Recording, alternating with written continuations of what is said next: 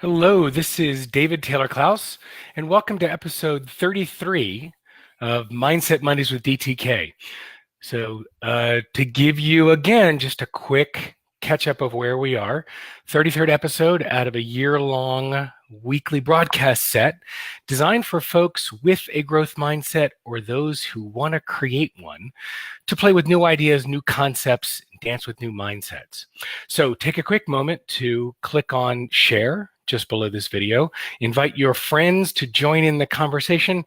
Share this with your community. Would love to have more voices added to the playground. All right, today, here's what we're playing with today. The idea is let go and let it come. Seemingly simple, right? I like simple ideas, simple quotes, because of course, just because they look simple doesn't mean they are. All right, so playing with this one, let go and let it come. I like the idea itself.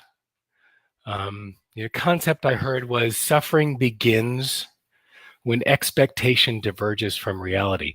And the more of a white-knuckled attachment we have to a specific outcome, the more tightly we hold to an idea, that attachment to specific outcome almost guarantees a divergence from reality. When we only have eyes on one prize, when we're only okay with one definition of success, one straight line path to a specific outcome, it's guaranteed that things will diverge, that no matter how much we want or believe or know that something will follow a certain path, it's not going to. The path to success is never, ever a straight line. All right. So if we hold close and tight to one attachment, we are going to experience a different reality. Even getting to that same outcome, the path is not going to be straight. In fact, it's almost a guarantee that which is unexpected in life, at least in mine, has proven to be more rewarding than whatever I had my eyes set on and that white-knuckled attachment to. 11 years ago, I was sure that I was on a path to, about 5 years ahead, starting a Vistage practice, that there was going to be a graceful exit from what I was doing at the time and moving into building my own Vistage practice. If you're unfamiliar with Vistage, vistage.com, Vistage. It's an international organization designed to improve the life of the chief executive. It is a peer learning, accountability, and coaching organization. It's something I've been part of now for 15 years. And my chair had talked to me for an age about starting my own Vistage practice. And my thought had been, no, that's where I'm going. But Coaches Training Institute is having a coach training in my backyard, a mile and a half from the house. So I stepped in. That attachment I had to a certain path changed dramatically. Had I held a white-knuckled attachment to the specific outcome of becoming a Vistage chair on a time track, I wouldn't be where I am, and the relationships around me wouldn't be where they are. The letting go of that attachment to a specific path and following what became clear was a path that fit better was an important piece. I can't force an outcome. Letting go of attachment doesn't mean that I'm letting go of my goals. My goals were to be in a different career, a different path that had more to do with elevating human performance and working with people to follow a path that was working for me. My goal was to unearth and unleash the power of the heart and to work with entrepreneurs and senior leaders. I'm doing it in a different format that I had intended, and it is absolutely where I need to and am meant to be. Had I held that white-knuckled attachment to going on a specific path, it would have guaranteed a divergence from expectation. And looking at the Buddhist idea, it would have guaranteed suffering. Wow. So looking at the idea of let go and let it come, letting go of attachment and letting what is meant to be, letting the non-linear path to success be a possibility. For me, that's huge. Let me know where this is landing for you. It's interesting. Some of the conversations that I've had about this idea have gotten some people pretty irritated. The idea that no, a single-minded focus on a single goal is the only way that anybody's ever achieved anything. I mean, yes, there are examples of Steve Jobs and in Apple Computer, now Apple, changing the way we relate and interact with media. Yes, single-minded focus birthed the iPhone, and long list. Elon Musk, now with Tesla. All these concepts of single-minded focus on a single goal. Yes, and when you unpack and start looking at what was the single attachment to? Was it to a specific outcome? What is it that we know the specific outcome to be? When we look at Apple, was it to build the best computer? No, that's what it appeared from the outside. For Steve Jobs, it was changing the way humans interact with media. That's why they changed the name of the company from Apple Computer to Apple. They're not a computer company. Changing the way people interact with energy and our relationship to energy was what Musk was doing, building a car, building the batteries, building the solar panels. Those are all components of it. Be clear on what you're attached to. A white-knuckled attachment to one's purpose. That was my reminder to turn off the ringer. A single-minded attachment to one's goal. When the goal is holding fast to one's purpose and serving one's purpose. Now that, to contradict this completely, is something to which you should never, that is something that you should never let go of, right? That is holding on to one's purpose, clarity of purpose. The only thing that a white-knuckled attachment serves. A specific outcome, not so much. Maybe I'll thank you. It's incumbent upon starting from the right place and having a big picture result in mind. Then it doesn't matter as much which route you take to get there. Yeah, and I think that piece about the big picture end result, the idea of serving your purpose, is there a picture bigger? No. How you do that and how you get there, you have to respond to what's happening around you. I constantly go back to Eisenhower's idea that plans are useless, but planning is indispensable. And the idea was you can plan all day long, but as soon as the first bullet flies, you got to dance. You got to respond to what's there. You have to be responsive in the moment. And that's what planning prepares you for. Yeah, must always be open to flow. In the pursuit of a goal, so much could be lost or missed otherwise. I think that really is a huge piece. Knowing what the purpose is, where you're moving and why you're moving and what you're moving towards is critical.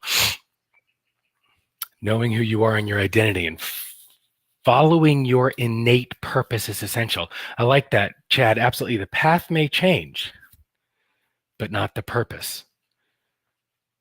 And that's the piece. Well said, Chad. The path may change, but not the purpose. One of the things that taught us during coach training is you follow where the client's going. The path to the issue may not be linear. It may go all over. And again, just like success, it's not a straight line to success. It's often very windy. The idea is knowing your purpose. You're able to respond to what happens in your world and take advantage of the opportunities. If you're not clear on your purpose, then it doesn't matter which destination you choose. It's not guaranteed to be in alignment. An unflinching, single-minded pursuit of a specific outcome is fraught with frustration, whereas that unflinching, single-minded pursuit of one's purpose is what will lead to amazing success. I've taught a lot of clients how to juggle, because when you're juggling, you never really catch the ball. You can't juggle with closed hands. You have to be open hand. Yes, I have those in my office. You have to have an open hand. You have to have a loose grip. And in our worlds, you have to have a loose grip on what you're moving towards so that you can receive, you can catch what comes next and evaluate.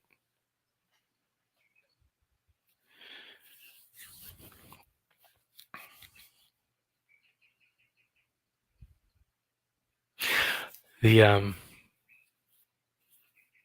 think the opportunity for growth comes in that grace of allowing. I spent so much in time in my world wrapped around the axle, upset, frustrated because I didn't get exactly what I wanted. I didn't get exactly what I was going towards. I didn't get into the program that I wanted to in the school that I wanted to go to, and had to scramble at the last minute.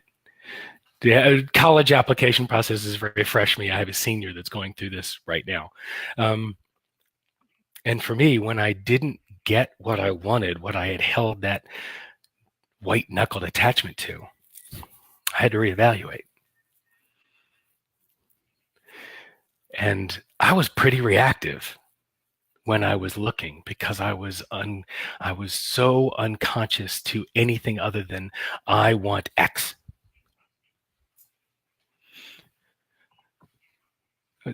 Ended up with a phenomenal education, and it was a terrific outcome when I let go of the attachment. Now, granted, I let go of the attachment to that single outcome when I didn't get it.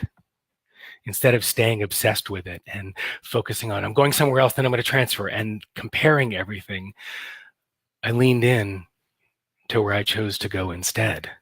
I leaned into shifting majors a few times until I came to one that fit me. I let go and let come what was possible.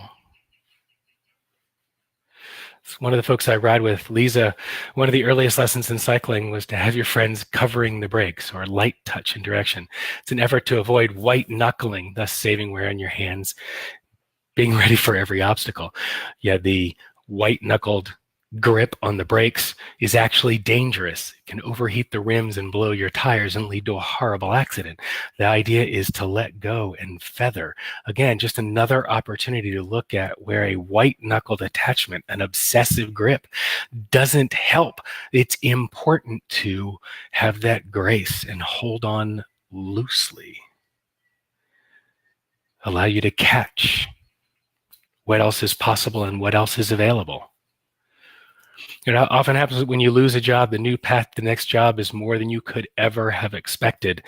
Some of the greatest leaps in my world have been when I was freed up for industry from a current job and given the opportunity, you like that, to go look for something else and pursue something else, right? Knowing your purpose, knowing the work that you're meant to do, allows you the grace to let go of attachment and let what's possible come.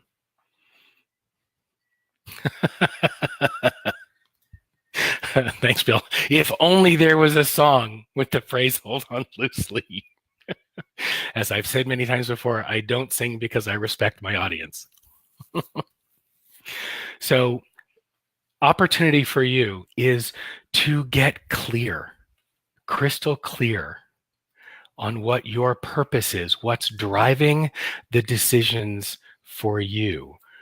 The only way to be responsive, conscious response to what is available for you in your world is to be clear what your purpose is. Let go of that white-knuckled attachment to an outcome other than holding true to your purpose, the reason for which you are here. So the opportunity is to get clear on what you're here for, what you're meant to be doing.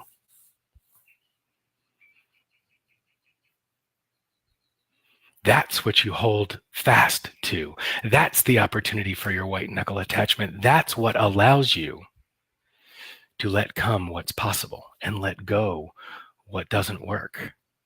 So, what will you change this week? How will you take this mindset conversation? What will you change this week? How will you let this shift? What will you let go of? What's possible to show up for you? And most importantly, between now and next Monday, what mindset will you choose?